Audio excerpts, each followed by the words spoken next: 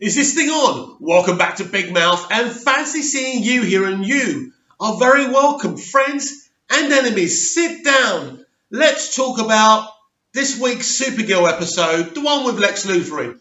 Oh, brother, what out? Or whatever it's bloody well called. A bloody stupid title, by the way. Now, let me be clear here. I stopped watching all of Arrowverse a long time ago because it's so bad.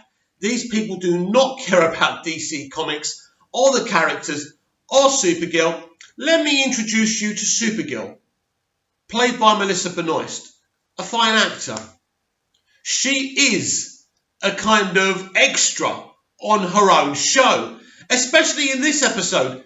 It was ridiculous, right? So, as I say, I don't normally watch this show. I haven't watched it for a very long time because I had enough of it, right? So Jimmy Olsen, but they call him James Olsen, gets shot.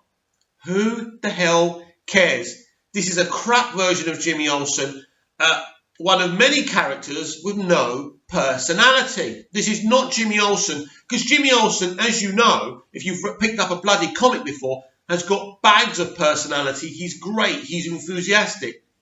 This actor just stands there and says lines. He's not Jimmy Olsen. He's a crap Jimmy Olsen. He's a fake Jimmy Olsen. I'm sorry, James Olsen. I don't care about him. I don't care that he's been shot. I don't care if he lives or dies. But it's okay, everyone, because female Jesus, Lena Luthor, who's not bad, even though she's got Luthor as a surname, has got a magic potion. And she can cure anyone with this potion, but it has to be refined. Luckily, on this week's Supergirl, Lex Luthor's got cancer.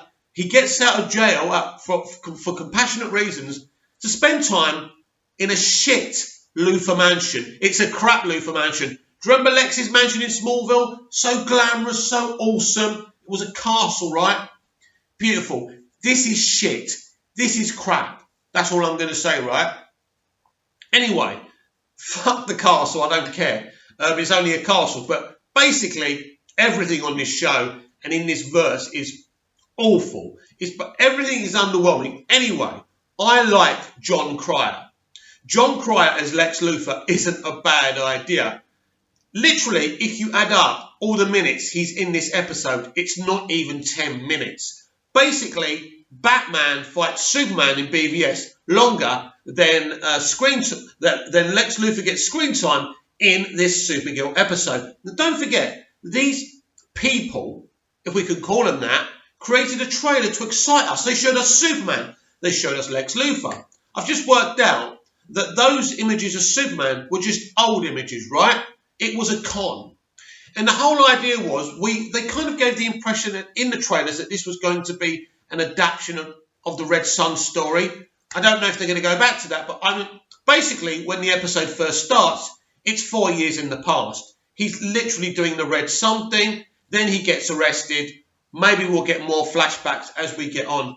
Now, that opening scene's all right, because Lena calls Superman a man, and he goes, "He's not a man!" I love that. So you can see that hate for Lex Luthor, which is what the comic book Lex Luthor is. He hates Superman. There is no redeeming respect. He hates him. He's an alien. That's what Lex Luthor is. He's a kind of a Hitler character. Lex wants to be the most powerful being in the world, and he resents Superman from taking that away from him. So you get that. That's okay. This episode basically is a prop-up Lena episode. This is what these shows do. They decide on what character to prop up. Normally a female. So this week it's Lena, so Lex sits there and they have this emotional thing about his father, who's also called Lionel in this, by the way. I think he died, I can't remember. And he talks about how Lena's mother, because they haven't got the same mother, he met her and he hated her, but she was nice to him and blah, blah, blah. Very nice. Basically, this episode is the most talky episode I've ever seen of this show. So you think you're coming in to be introduced to Lex Luthor, maybe a battle between him and Superman, but of course Superman's in the galaxy far, far away because Lois Lane's got to give birth on another planet. Because who needs Superman when we got Supergirl? Don't forget about that, hey? But basically, right, so this episode consists of them having a debate whether Jimmy should get this magic potion or have an operation. We're introduced to Jimmy's sister, who, surprise, surprise, also has no personality and just kisses all the rest of the characters' backsides. And really, that's all she does. It's just pointless. And of course, Jimmy gets the magic potion. He's all right. Who gives a crap? His longest piece of dialogue is, no, don't leave me in the room alone, because basically his sister has called Mum. So I suppose Mum's a pain in the arse and he don't really want to talk to her. It's meant to be a gag. It's a crap gag. The show is absolutely lifeless. This show is lifeless, right? And this was supposed to be a big episode, introduction of Lex Luthor, and it's crap. Although I did like it when he called out, Miss Tessmacher! Of course, that's a great Easter egg from Superman the movie. Not the first time they've done that with that character, because we know that Cat Grant did it as well when she was a secretary at Catco. So basically, this episode comes to life a little bit near the end when we work out that Lex, of course, has already administered this life-saving potion for himself because he's got cancer.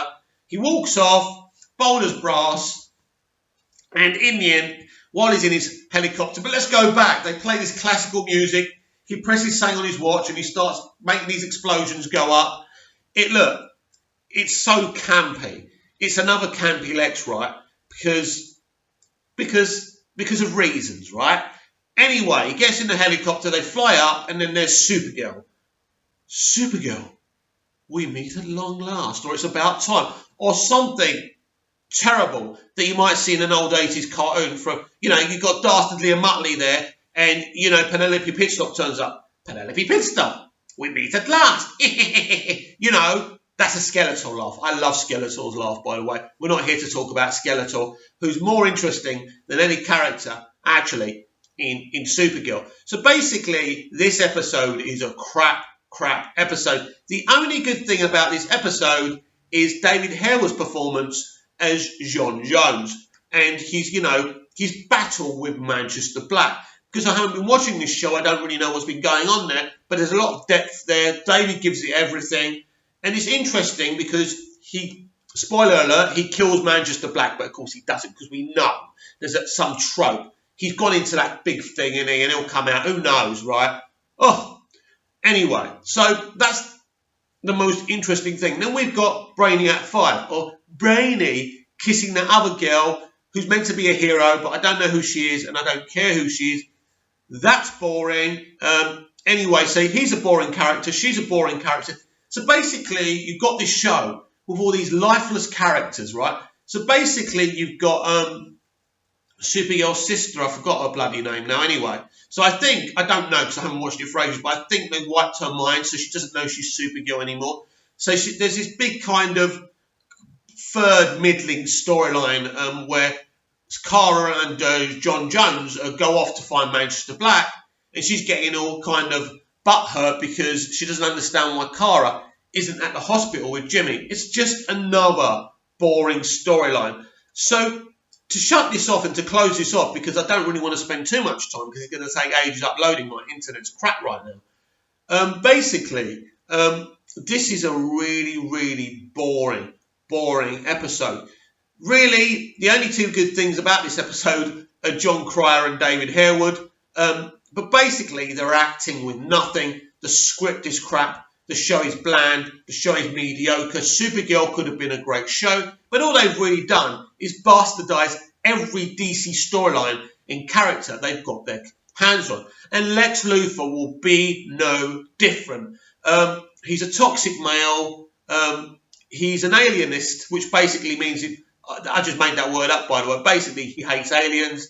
But he's got some master plan. Basically, right, their ratings are crap because they've never fulfilled the potential of what this show should have been. So at mid-season, out of desperation, they decided to bring Lex Luthor in and announce it. So for ages, I was sitting there thinking, well, at least it's Lex Luthor. So we go through the normal Michael Rosenbaum does. Will it be Michael Rosenbaum? Will it be? No, of course it's not. Michael Rosenbaum will never be in any of those shows, and he admitted it when he was on his Inside of You podcast with Tom Welling, and he said why he won't do it. Because he He blatantly said it, but he kind of underplayed it. He doesn't trust them. Basically, he played a great Lex. He had a great beginning, middle, and ending. He came back in the finale. It was beautiful. Why ruin that legacy? Supergirl doesn't have a legacy. It's a show with nothing going on. It's a show with characters full of fresh air. This, again, they tricked me. They always do it. I always give this show and this verse another chance. And they always do something to underwhelm me. But it's more shocking than the last underwhelming feeling they gave me. So if you haven't seen Supergirl, Our We're Out Brother, or whatever it's bloody well called, don't waste your time. Mediocre version of Lex Luthor. Not John Crye's fault, by the way. I was kind of interested in him playing Lex, but nah. Sorry, not interested. Not interested in Lena Luthor. Not interested in any of the boring crap characters in this show. Basically, Supergirl and Arrowverse is crap. And the sooner Warner Brothers insist the whole franchise is closed down, the better.